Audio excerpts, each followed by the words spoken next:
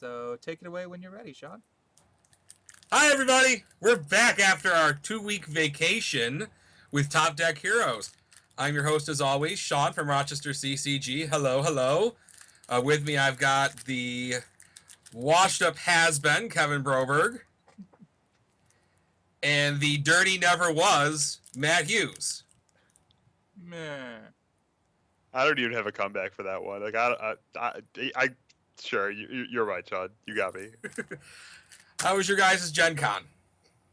Fabulous. It's pretty good. I liked it.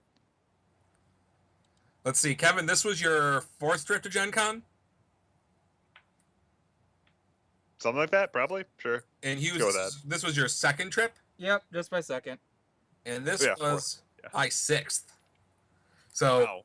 Gen Con is always a lot of fun.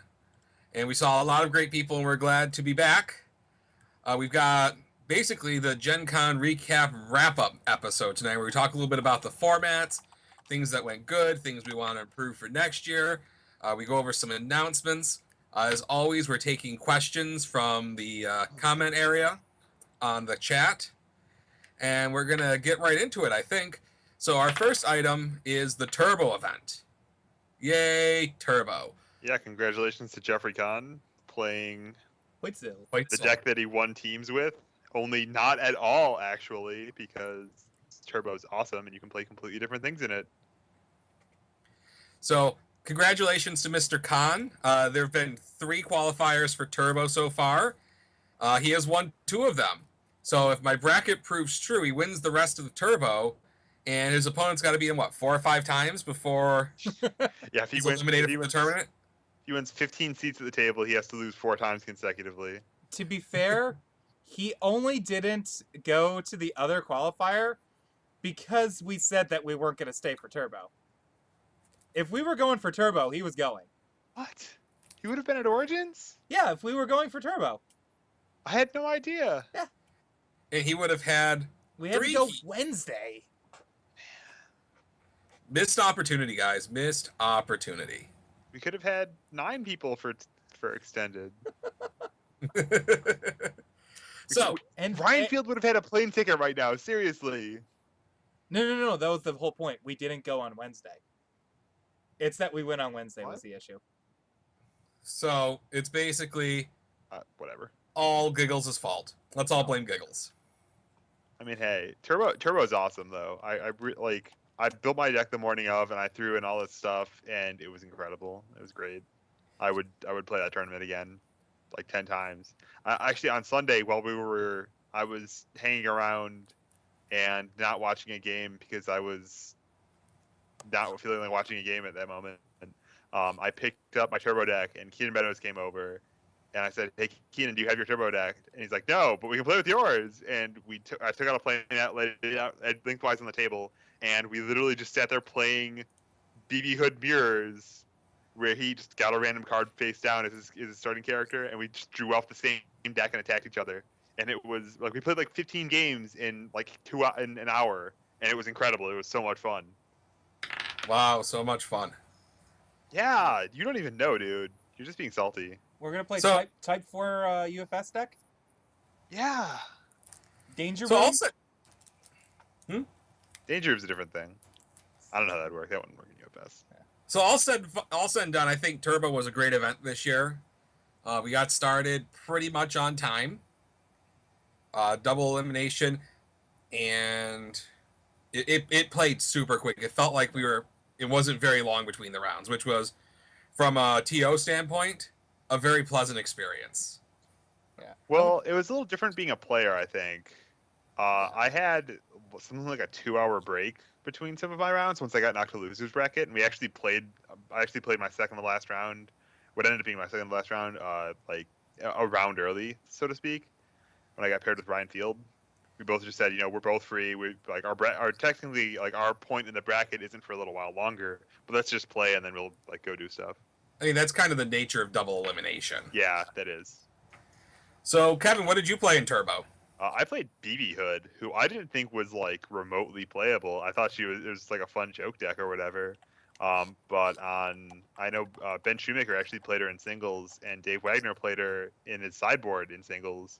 So even in a format where you can't mulligan to improve design almost 100% of the time, she's still actually kind of legit. So my deck was a fire aggro deck, using Rapid Protobuster and Shield Ram as kind of the centerpieces, and lots of cards with like Smile and Missile and Crimson Barrage with Breaker and good block modifiers like Saw Blades, to try to defend myself if I'm going second, but really just trying to get in there with tons and tons of damage. And once I get a Rapid Protobuster to 6 damage, I get to draw a card off it. Once I get a Shield Ram to 8 damage, draw a card off that. And so she can really go off on people and just keep hitting them for so much damage. I got paired in the first round with. Do you have something to say? Sorry. Go ahead. No. Okay. I thought I heard Peep. I got paired in the first round with Slam's Anachorus deck, which like introduced me to the wonders of the Turbo format. Was a life that once you increase damage, I'm going to untap Anachorus and then either gain a life, untap a copy of 8,000 Degrees or Dust in the Wind, or I'm going to discard a card, draw a card, and then discard a card. And the way it killed you was to just like hit you with a negative stolen or a Moon Tracer for 2 damage on the half block, and then picked it up with Surveyor and repeat ad nauseum until you're dead 7 turns later. I know I watched him in a later round in the losers bracket, literally put a guy's attack to 1 damage, decline to put it to 0 with another 8,000 Degrees, then half block it with a Templar and respond with Detachable Body. Ooh, that's So it was this great wall deck, and in the first round, what I ended up doing was I had drawn my one of Ominous Whistle, and then I just like played out a giant attack string. I ended up getting my improved design that I didn't play up to like 6 or 7 before he finally died, and he blocked like 5 attacks with breakers and stuff. But the game had just progressed to the point where I just kept hitting him, and eventually broke through that wall. nice. Hughes, what did you play in Turbo? I played Gemini Man. I wanted to play him in some format, and I kind of just took the evil standard build and cut 20 cards from it.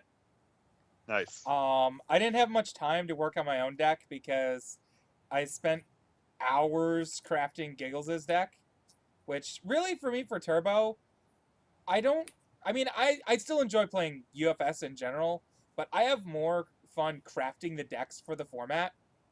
Like that's kind of true for most UFS, but it's a lot more fun.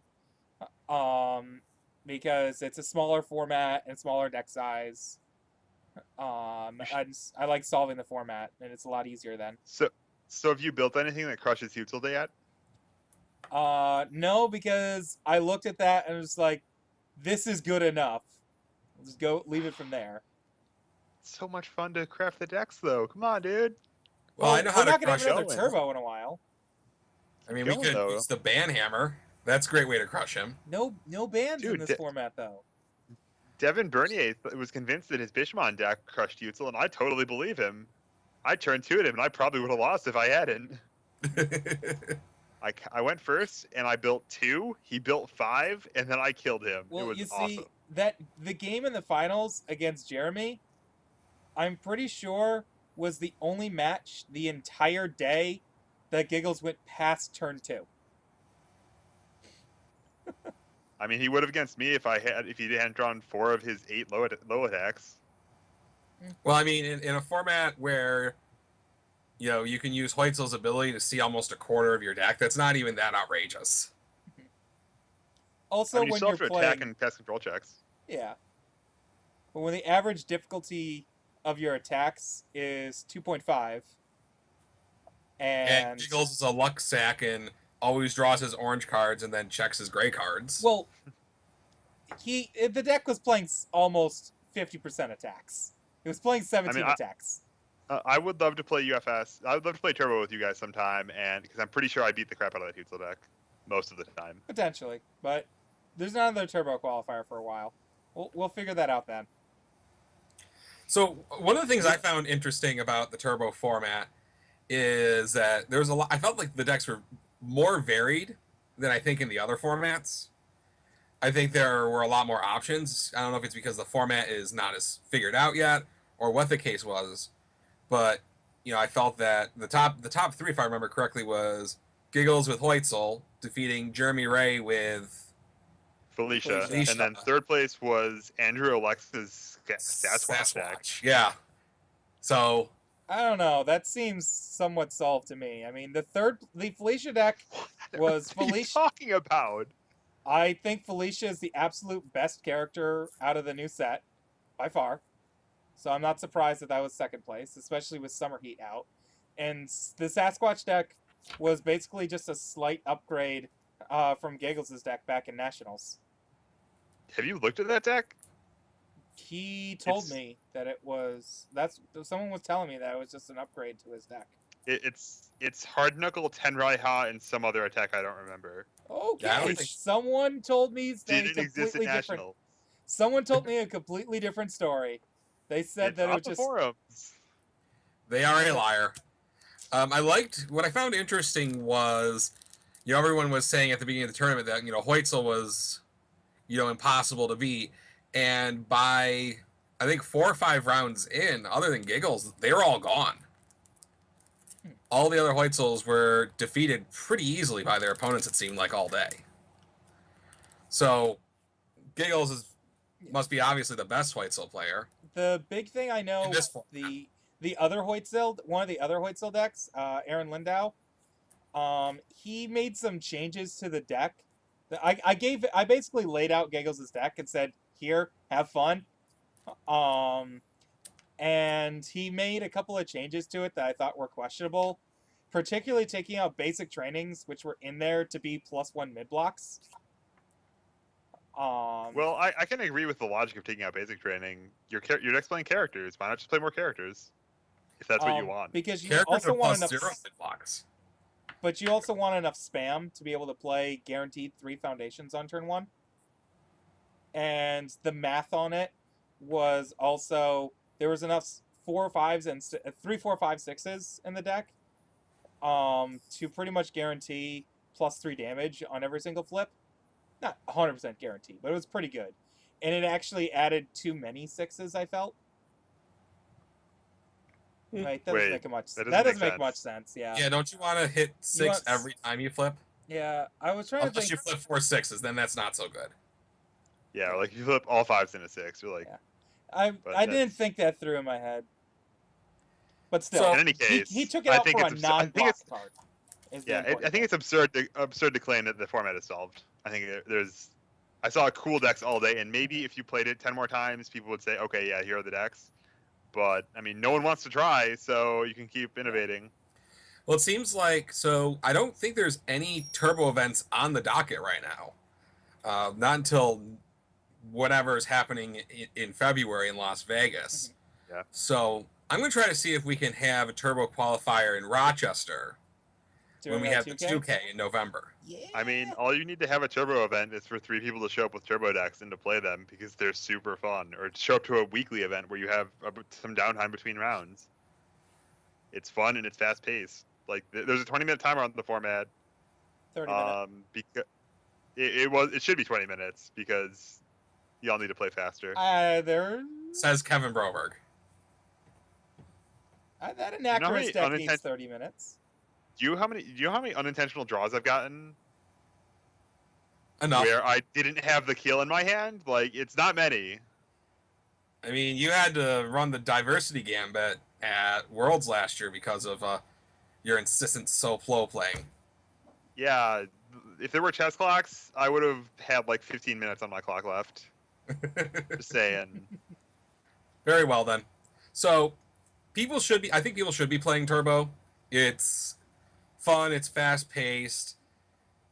It doesn't seem quite as easy to wall up and be miserable. If you're gonna be miserable, at least you'll be miserable for a short period of time because it's gonna be quick. It's a good way to entice new players because it's like, hey, you don't Yeah. need much for this format. I mean, I don't see any reason why, if you're in a new store and you just want to play, quick rounds, have a quick tournament, you don't even necessarily have to do elimination in your turbo events.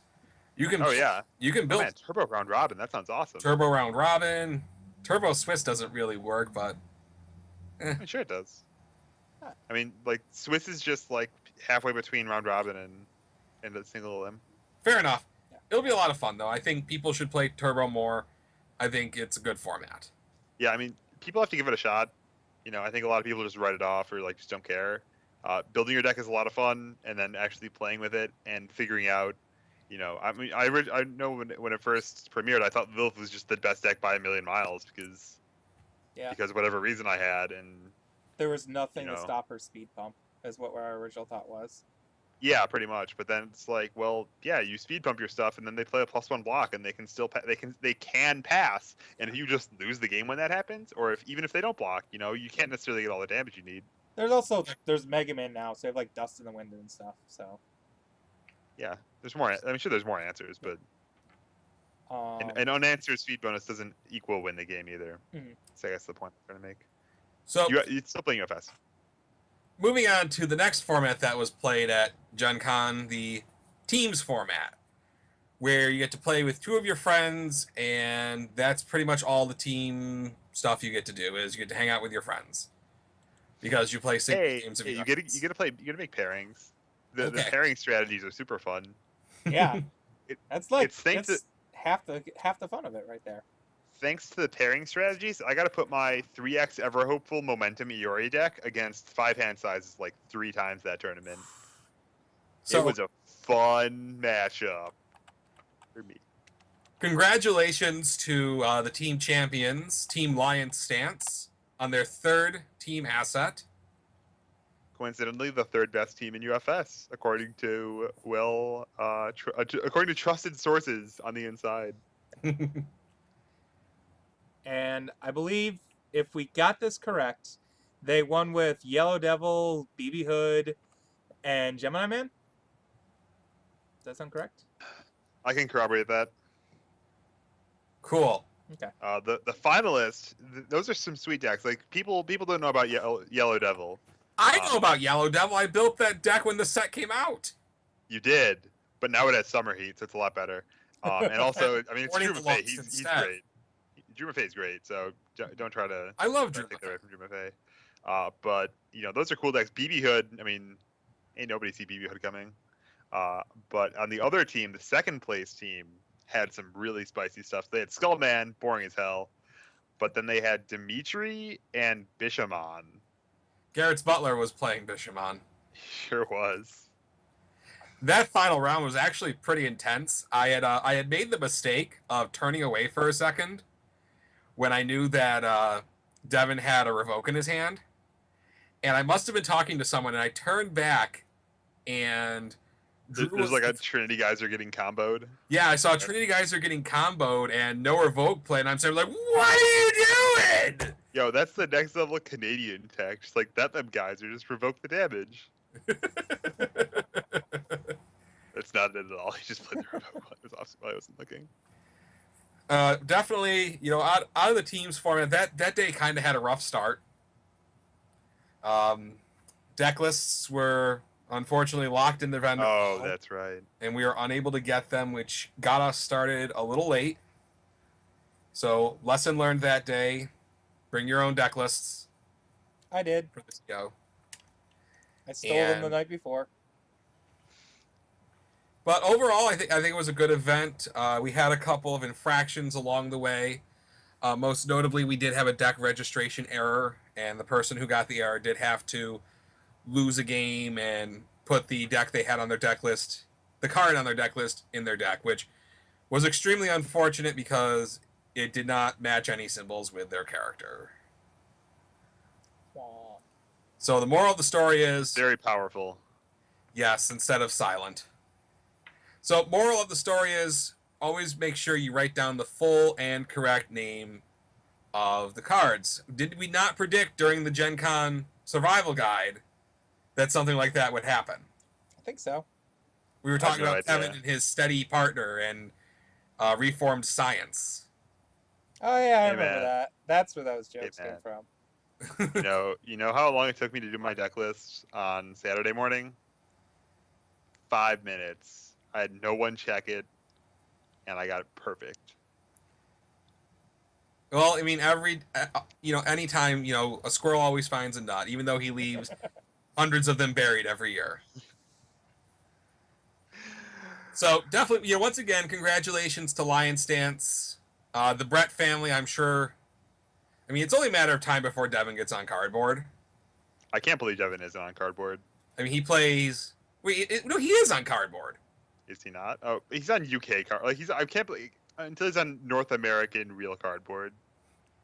Hey, those UK players are real. Garrett keeps saying that, and I can't imagine a Canadian can lie that many times. He'd have to be really sorry. Do you know how many times he spoke the sentence, "I never troll. I don't know what trolling is." I mean, Canadians probably. Do you realize how many times he said that? He's Canadian. He probably doesn't know what trolling is, and he's just an asshole. Ouch. Hey, careful. I have to have him on my other I show think he tomorrow. knows. No, I love Garrett. He's fantastic. He's a great player. We get to talk about him in a minute, though. Finishing off, the teams. How did your teams this tournament go? Hughes, I heard things happening. We were Swiss champ at the end of teams, which I did Very not actually easily. pretty easily. What was your team? Oh god, what do we have again? Giggles played Snake Man. Yeah, Giggles played Snake Played Man. Tiffany Jamber. Yep, and Jesse Jesse played, was playing Gemini Man. Oh, it's Gemini Man. Sorry. Yeah, he was playing Water Gemini Man. He should have been playing Raiden. No. He took his heart, and I mean, hey man, didn't he get 17th place after diversity in singles with Raiden? Yeah. Yeah. I mean, just say it. Like, check that scoreboard. Last year, 2nd place with Raiden. This year, like in singles, very nearly top cutting with Raiden. Yeah. If Maybe you would've any won of his that, opponents had won any of their rounds, including an 0-7 Dr. Cossack deck. Hey, no, 0, 4, and 3. That's right. Nick Brown did win 3 of his games. Yeah, and Jesse lost on breakers by less than 3 points Yeah. of opponents. Good job, Nick Brown.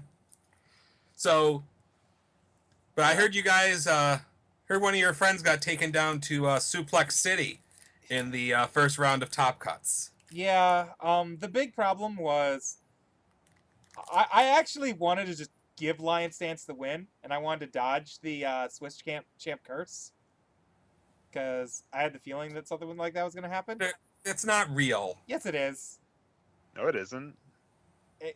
It's real unless you're It's from as real as the Montana. monster under my bed. Matt Hughes. I would ask you to consult the scoreboard for the weekend. How did the Swiss I champ said do in unless World you're Singles? from Montana, duh. How did the Swiss champion do in Extended Origins? I don't know. I didn't pay attention to that format. I was there. Didn't you top 8 that? Did you top 4 that event? Yeah, Didn't you get your ass kicked by Tim Keefe kinda, playing my deck? possibly. Yeah, that was great. So, yeah, I mean, Ego. the Swiss champ curse is not a real thing. Yeah, we paired slightly wrong. We should have paired Giggles and Snake Man against Clark. I was kind of trying to get them to say that, but Jesse kind of wanted to just throw himself to the wolves, and they thought that Clark deck was more unstoppable than it actually is. Like Clark can't commit Snake Man, and that's the only thing that actually matters on Snake Man. In that I deck. mean, he can play the game. Yeah, it's an actual game. But the fact of the matter is, like, the Snake Man deck just takes an additional turn of setup and just plays 2 attacks and then Murakumo. I mean, 32 is still a lot. 35. Yeah, 35. I think the way you beat Clark is you poke him, Yeah. and then let him tap your board, and then you build, and then you don't overcommit to it. Yeah. And then you also don't get thrown to death, which is kind of difficult sometimes. Yeah. Suplex City. But yeah, I really felt like the Gemini Man deck still could have gotten there anyways. Like, he got there Do you know one what game. can you tell us the whole pairings that you had that you thought were wrong and what you could have done better? The big thing was switching Giggles to that. I actually am having troubles because I don't have my notes in front of me. I'm actually having troubles remembering teams So you put because I you was put so Snake, exhausted from singles. Oh right, this was Keenan's team, right? So this was It was Piglet on Clark. Piglet on Keenan Clark. was Keenan on probably Gemini. no. Yeah. I thought Phil Birch was on Gemini. Oh, that's right. Yeah, and well, I know Keenan was testing a Magnet Man deck, but he probably didn't play that in teams, did he?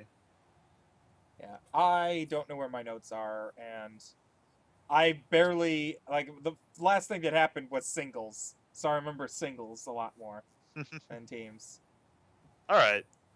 So if you don't Um, remember, I played Iori in teams. I wish I hadn't. I took it apart to like build up a Pharaoh Man deck. I took out all of the Sweet Baby challenges that I had used.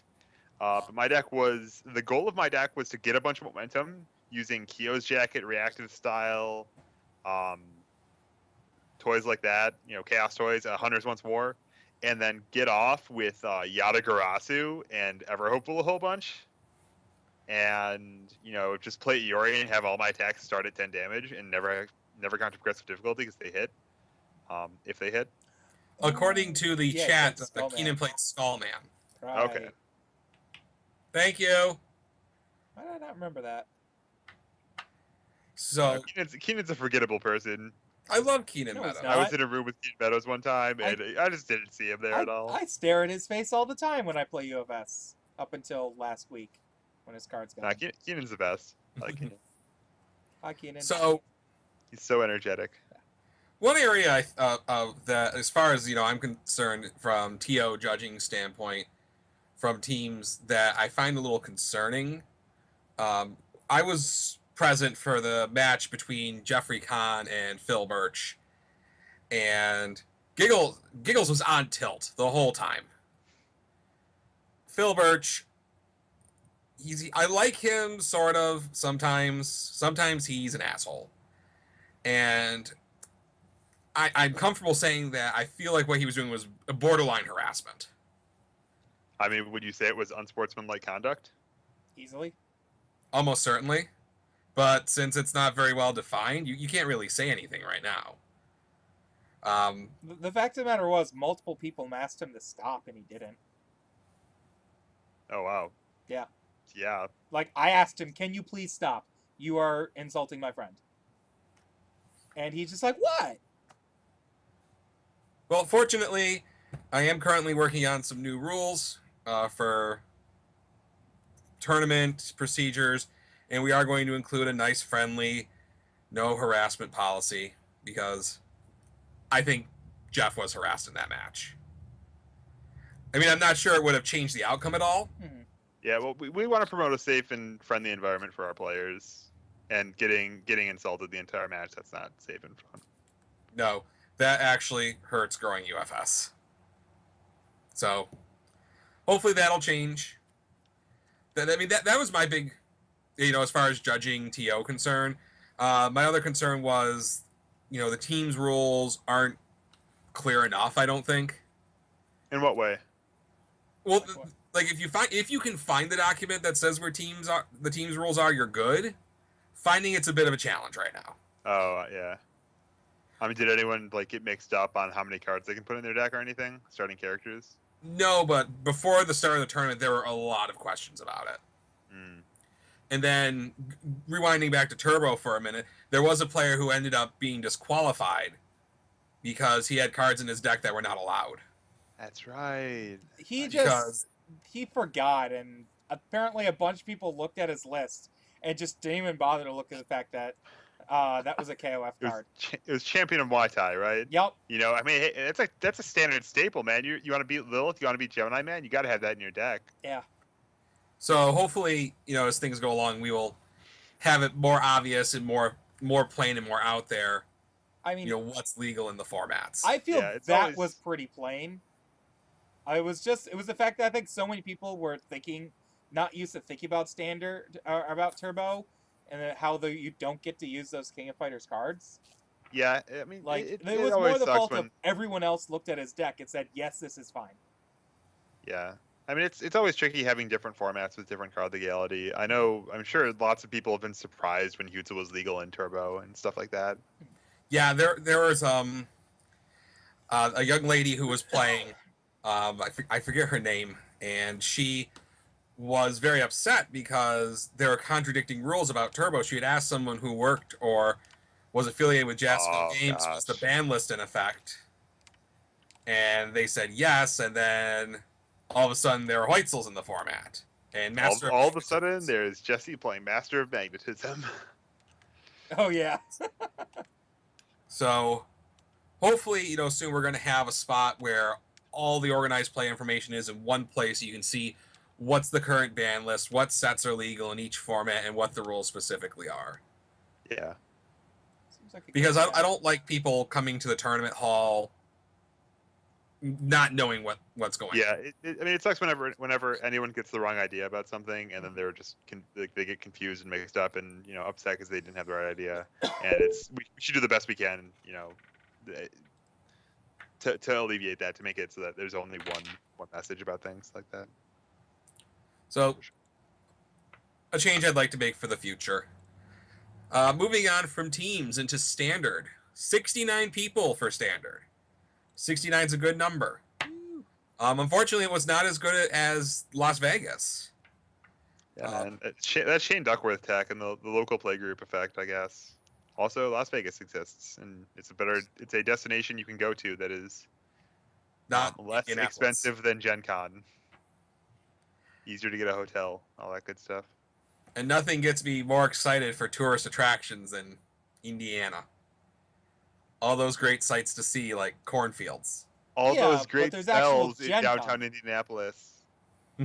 All But- those great smells. Like you trade that for actual Gen Con though.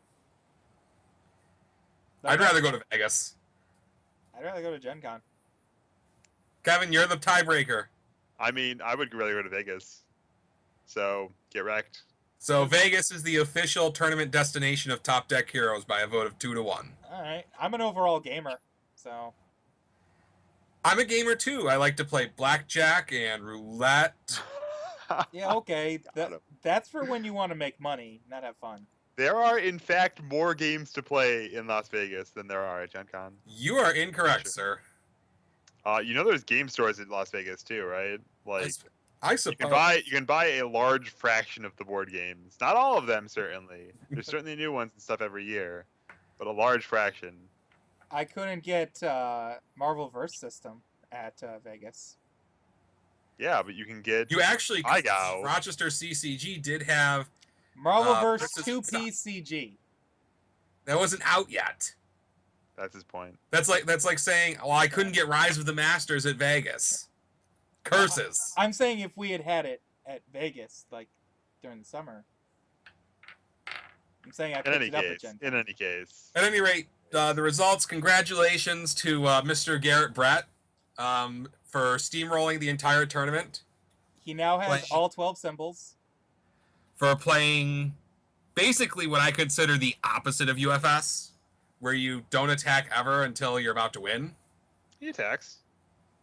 He runs like 4 attacks in his deck.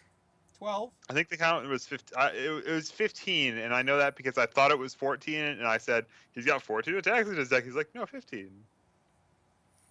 15 is actually close to a respectable number. I see nothing wrong with that. It's like 15 out of 76. Or So 78. That's fine. basically, what I felt like his deck did, it was an air control deck that used his first paragraph plus his second paragraph to be up on card advantage and off symbol cards. And then It was mostly an air deck, honestly. It didn't off symbol very much. And then he used his third paragraph to make sure his 18 speed Nevoses got through. I mean, I think the story. There's a couple stories you can tell about this deck. One of them is that Nevos is incredible, and Nevos can deal insane amounts of damage if you dedicate your deck around it. Another one of them is Soba Freak, which is a card that no one ever played before this tournament. I think. I think that's I probably. know the I've reason. looked at that card a bunch of times. And I mean, Well, in any I case, s- it's a very, very good card with Nevos, and it's very, very good in the meta because momentum is a huge deal. Controlling your opponent's momentum cuts off. I mean, it's at a very good rate. So you play an attack that has those symbols. So you play one of those 2 attacks, one of the 2 Robert attacks for this deck, and then you get to just say your opponent loses a card. They are down 1 resource for an E commit, and that's a very good rate when that happens. When you can do that to your opponent. yeah, this format in singles felt like whoever controlled the momentum controlled everything. The spice must flow. I mean, and that being said, if you look at the second place deck, instead of controlling his opponent's momentum, he controlled his infinite amount of momentum.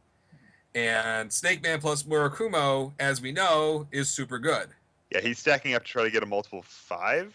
I think, Multiple attack 4. off. 4. So there's 5 copies. Yeah. So momentum is king right now. Momentum and speed are king. Yeah, especially other with, top that's why decks- Felicia. Yeah, Felicia's right up there. Felicia gets wrecked if you discard her momentum. My Tim Keefe deck, obviously not so important anymore, but took heavy advantage of its momentum.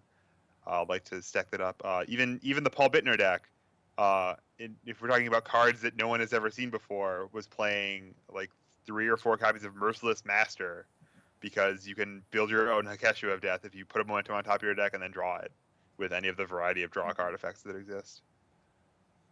So, yes, I think with the exception of a couple of outliers, the big story from the weekend, I think, was momentum, speed, and card advantage. Yeah, so if we're talking about the MVPs of Garrett's deck, Ever Hopeful, plays right into that. You play this card, you virtually destroy one of your opponent's foundations because you put it back in their hand, and so it's not in their staging area anymore. It's gone. And it makes their draw so much less good.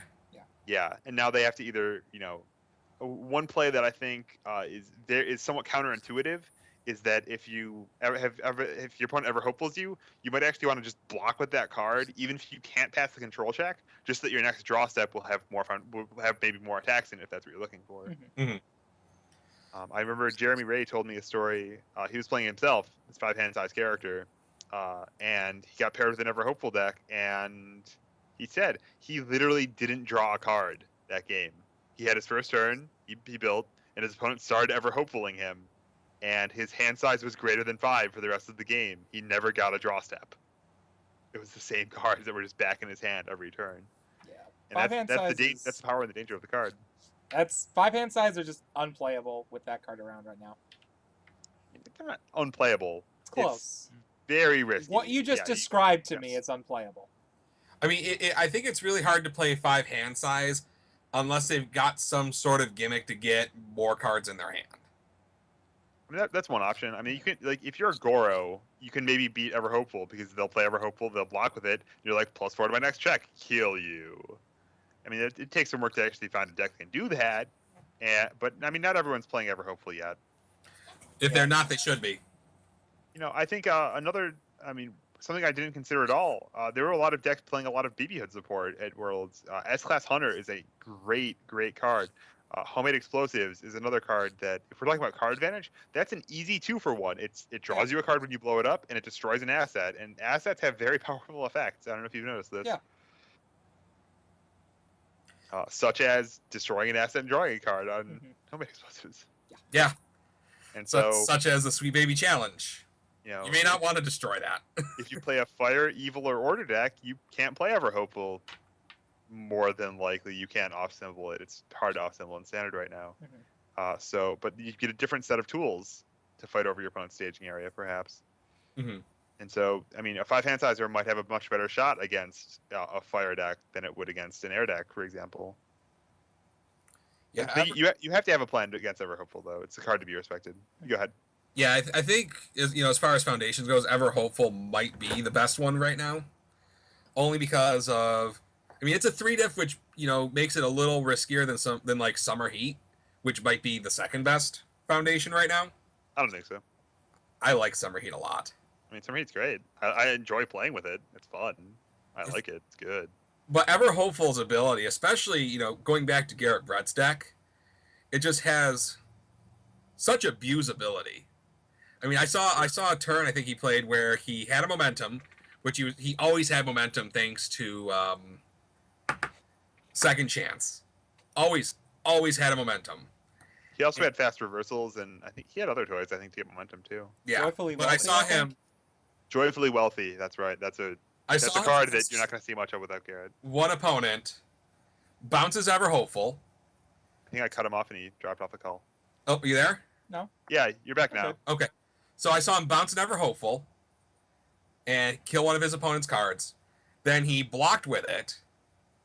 got it into a staging area, played a reversal, bounced another foundation, and then well, actually this was against Jeff, and then so Jeff ended up on his turn. Oh, this was it. This was game 3 of the finals, right? Right. And So he blocked and played dodge to pay a couple life and bounce a foundation. You're right. Then he reversaled and never hopeful again.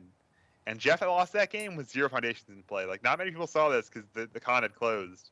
But this is the story I've heard, is that he actually had 0 cards in play. Well, then on Thanks the to next Ever turn, Hopeful. Jeff was down to 2 cards, and he got Robert big kicked. Yep. Yeah. Both players choose 2 of their opponent's foundations and destroy those cards. Yep. I mean, Garrett perfectly figured out the format. I think Garrett lost less than 5 games all day between day 1 and day 2. Didn't lose a match. I mean, this tournament was Garrett Brett's to win. I love Jeff. I think he missed an opportunity in game 1 to win. And he did pull game 2 out. And I think Jeff would have had a much better shot had he gotten to go first twice. Yeah. And I think that's what it boiled down to. Because Garrett Brett is the cheaty face of UFS, this particular character card. Except you don't even have to sneak it in. Your opponent just has to try to play UFS and he gets ahead. And it's just very powerful. I'm not sad to see this character rotate out. Yep. Garrett's gone. Giggles will get his card at Vegas. We'll play in the finals. I'll yell easy money, and then he'll destroy me again. It'll be great. So, after the tournament, the old champ cards rotated out. So, goodbye, Garrett. Goodbye, Nailed It. Forest, Goodbye, Lion Nailed It. Stance. Goodbye, Cat Forest. Goodbye, Millennium Games and Hobbies for the 3 people who ever played it. Goodbye, Mike Hardiman. You top-aided one event ever, and I took you out back and killed you. Goodbye to Kirk Polka. Napkin. Bye to Surprise. Here's a napkin. That card was in a lot of top 16 decks. I think I counted. I think it was actually the card that was in at least one copy in the most decks of the entire top 16 Was napkin. was Napkin. Goodbye to Zealot Rush. A lot of cards went away. And we got 3 new ones. We got the Sweet Baby Challenge, the Golden Ticket, and Jeremy Ray. No, we've also got And Alone with My Joker and You, and yeah. someday, Basilio San Juan. Basilio San Juan Cacalote. Basilio. Moby Dick. So, I think the format's shaken up pretty good. We're going to be in this format, I think, for a little bit now. I don't think there's any major shakeups coming unless more champ cards come out or there's new promos, which I don't think they've What announced. what about the biggest shakeup of them all? The character who shakes up how you untap your foundations each turn. Roy's my Our boy. He's not going to be that big of a shakeup. I think he's cool. He's playable. I don't know if he's that good. I mean, I intend to if I was playing in the tournament this week, I'd be playing him, but I'm for sure playing him next week. So if you're in Rochester, plan to not untap your stuff. Pack those summer heats, boys. Heard that card's pretty good in Roy. Yeah. So I guess any shout outs, you guys? Anybody you want to call out and say did a great job, helped, made your experience better? Any players you were happy to see, stuff like that? We'll go with Kevin. You're first. I have to scratch my ear. Oh gosh. Shout out to Kevin's ear. entire UFS. Shout out to the entire UFS community. Everyone was incredible to hang out with and to spend time with all weekend. Keenan Meadows and Matt Turner, my teammates last year. I miss you guys. It was fun playing with the Atlanta B team, but I miss the A team. I guess really you're the actually you should. One of these teams won the tournament, so I should stop back in and commenting everyone. Shout out to Calgary. It was great. It was great talking to Devin about cards, and I mean the amount that I spent with Garrett getting beaten up in Swiss was great as well. Shout out to Alex Marco for not drawing enough attacks in our match and getting his ass whooped. Shout out to the UFS community, man. I don't even know. I can't even name everyone. It's too many. How about you, Hughes? Yeah, I mean, I was fun to see everyone that I don't get to see very often because I'm not able to go to as many events. Even some of the UFS guys that didn't even participate in every event, I got to go hang out with them. Like when I scrubbed out with Turbo, like Alexa and Keith and whatnot. I actually wish I had had time to play in singles and Marvelverse, so I could have hung out with them more and tried out that game. But yeah, just shout out to everyone. Shout out to Sean for running the event for us. Shout out to Jack Hale. I got a big one. Shout out to Jack Hale for taking a game 1 loss, for showing up to the tournament too early and then not filling out his deck list in time, and then getting paired with me in the Tim Keefe mirror match. Playing somewhat passively, getting Shiranui no Maeda straight to the losers bracket of Swiss, down diversity, and then playing it out and like I think losing his next round, rallying it back, ending with a very respectable Tim Keefe record to send Tim Keefe into the sunset, and then paying for my Fogo de Chao the next night. Big shout outs. Love you, Jack. Buy me more steak next time. Yeah, I did forget to mention the round timer start for singles. There was a lot of confusion around that. We ended up having to give 8 people game 1 losses in the first round. One of the things I'm hoping to improve with the new tournament floor rules is that we standardize registration times so that, you know, if it's announced in the Gen Con book, the event starts at 9, that means it's 45 minutes, or it means it's half an hour, or whatever we end up settling on. So everybody knows it's in a place that this is how it works. Because, contrary to popular belief, I don't like giving game losses. My shout outs. I'd like to first give a shout out to my buddy and partner for the weekend, AJ Murray. I think he did a great job, helped hold the whole thing together. And, you know, I was glad to have him anytime, you know, I made a ruling or had a question about a ruling, or anytime either of us were unsure, we bounced everything off each other to make sure we were making the right decisions so that, you know, we weren't making anybody upset in the tournament. Shout out to Jason, Lily, Sean, Christine, and Nathan, who demoed the Mega Man board game with me, and I had way more fun than everyone else put together. You can see the picture on Facebook somewhere. Is that because you destroyed everyone? I got to fight Iceman and win. That was great. But mostly I just went first and had a positive attitude and was upbeat about everything. The game's fun. Shout outs to Jasco in general. Their booth looked like it was pretty successful this year.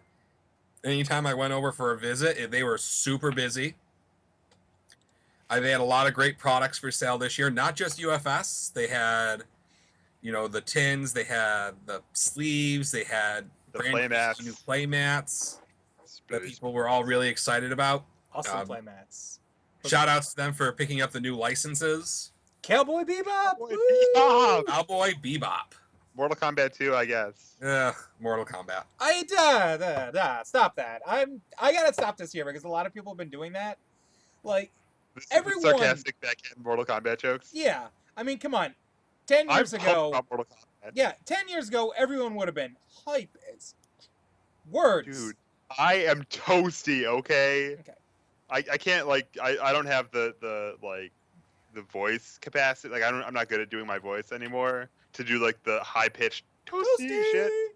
Yeah. I can't. Sean, give me a toasty. Toasty! Right. Okay, I don't know, Street Fighter, Mortal Kombat, I'm just not as excited about as Cowboy Bebop. Yeah, Cowboy Bebop's really hype, but the fact of the matter is that... No one saw Cowboy Bebop coming. Yeah. Like, the fact of the matter is that Mortal Kombat versus Street Fighter, that's like... That's the absolute premier thought that comes to my mind to what this game should be like, is having 2 licenses that are never, ever, ever, ever going to get a crossover game appear like this. Like there was Street Fighter X Tekken, which I was surprised that happened. And it would have been really awesome if UFS was a little bit more together when that game came out.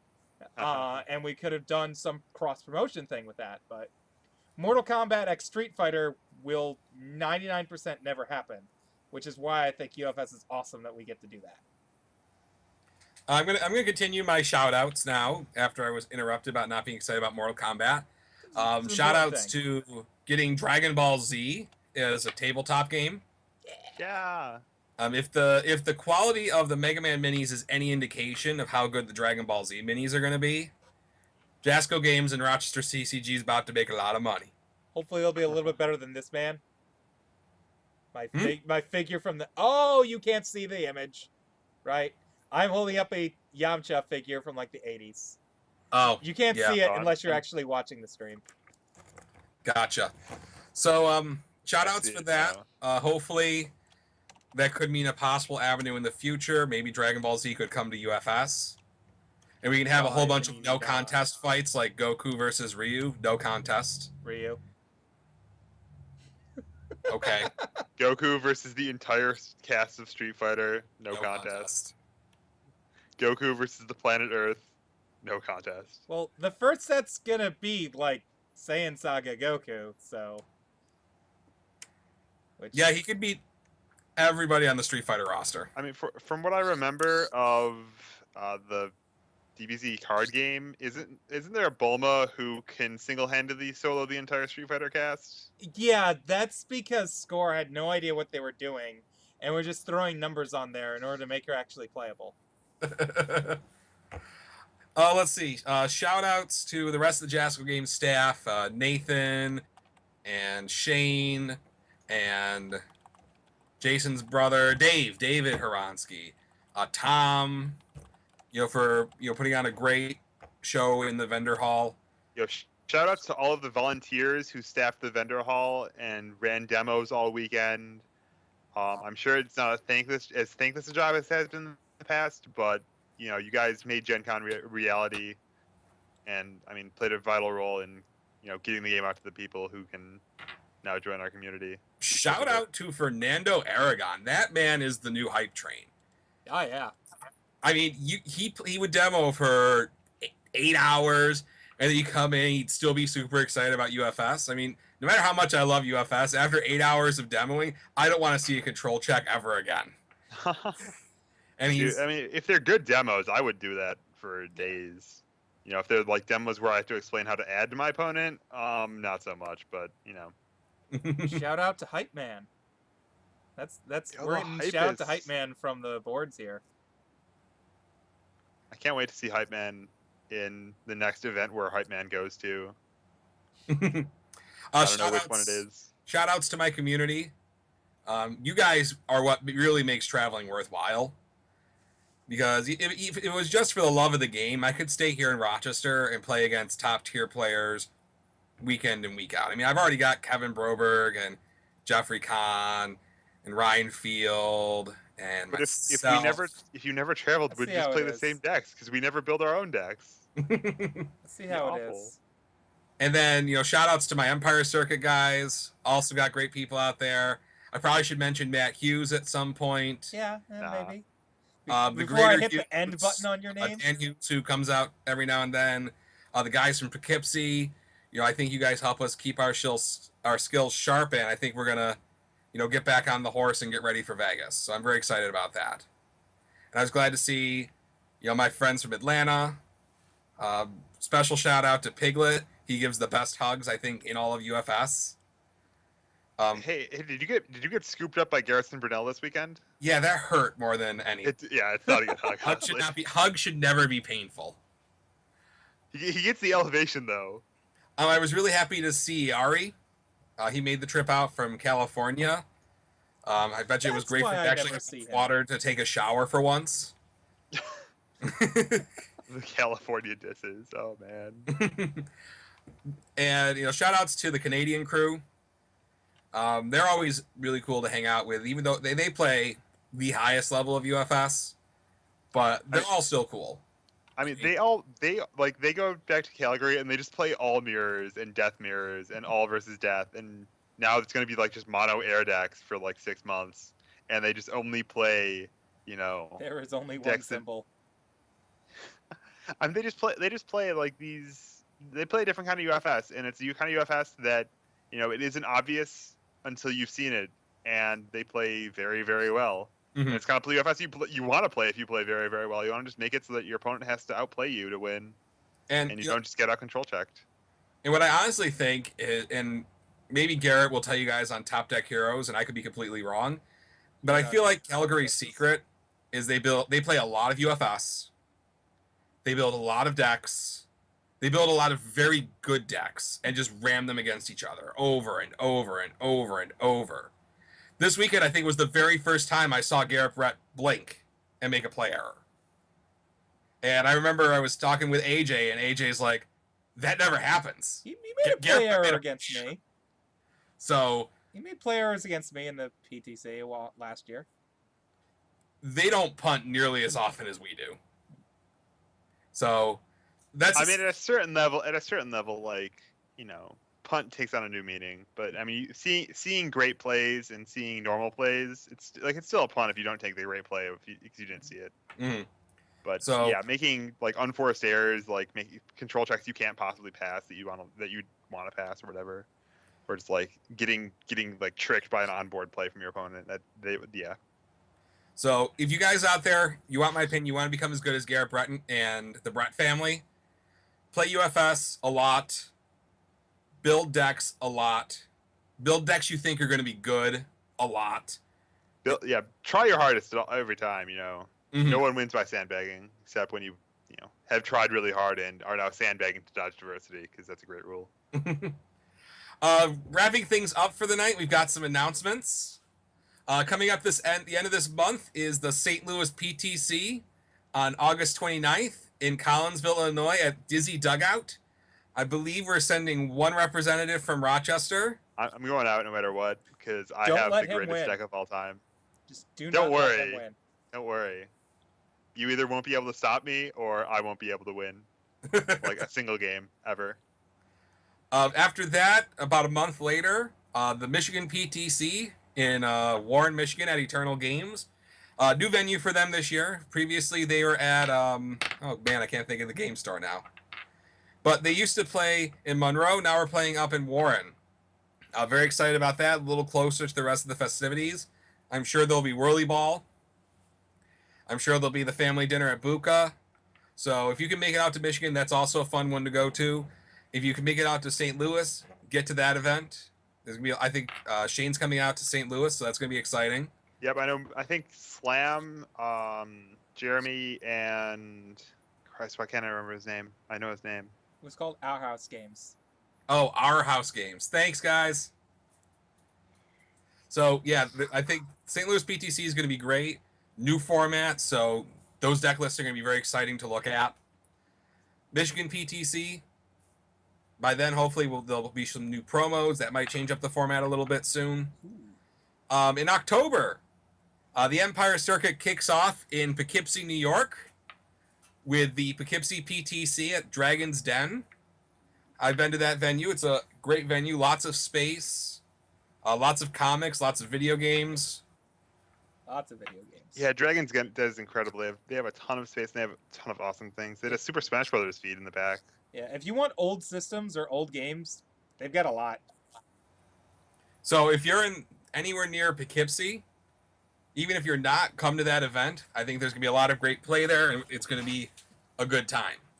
And then only a couple weeks later, in Rochester, is our 2K event. Stefan, that's shit. Ah, I can't remember. Yeah, 2K event in Rochester. It's gonna be an amazing time. It's gonna be the biggest prize purse in UFS. Discount. I mean, not counting. If you count character cards at 0, it's the biggest prize purse in UFS. Yeah, 2K.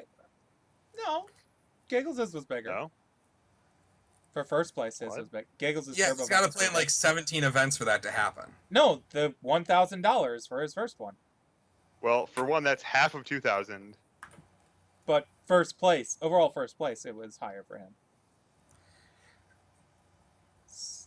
In any case, At any rate, $2,000 worth of prizes minimum getting paid out at that event. Something people be interested in, there will be free beer.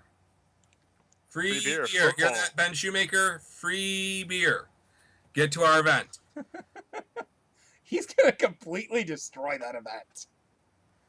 the drunken master. I mean, he drinks outside of the beer. In all seriousness, though, this is, a lot of money we're going to shell out for this event. I want to prove to Jasco Games that UFS can support these kind of events. So I'd love to get everybody there who can get there.